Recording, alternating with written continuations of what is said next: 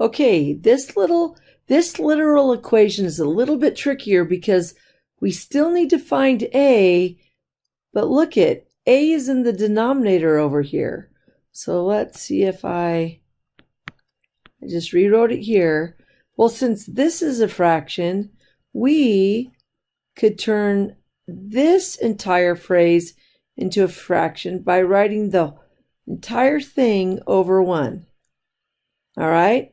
Now, we could do some cross multiplying and then some additional dividing, but what I want to point out to you every time, when you see one fraction equal to another fraction, notice even though there's two things in here, those two things are over 1. That makes this just one fraction, not two. So whenever you have one fraction equal to another fraction, and if the denominator is what we're looking for, you can go ahead and just flip both sides upside down. And that's what we're going to do here. We're going to write a over k is equal to 1 over v subtract w. And then look what happens.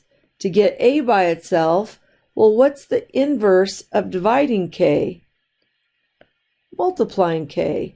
So we're going to multiply both sides by k. Remember, when you multiply fractions, it's numerator multiply numerator, denominator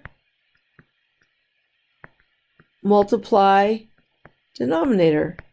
So in this case, there's an invisible 1. Well, 1 times k is k, and v subtract w times 1 is just v subtract w. So a is equal to k over v subtract w. And if you need to, pause that and just look at that for a little bit. If that seems confusing, we're going to do another one. So now this time we want to get x by itself, and x is right there. So notice k is attached to x, and you're going to simplify that later. How do you cancel a positive y?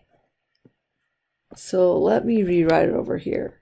So u is equal to y plus k times x.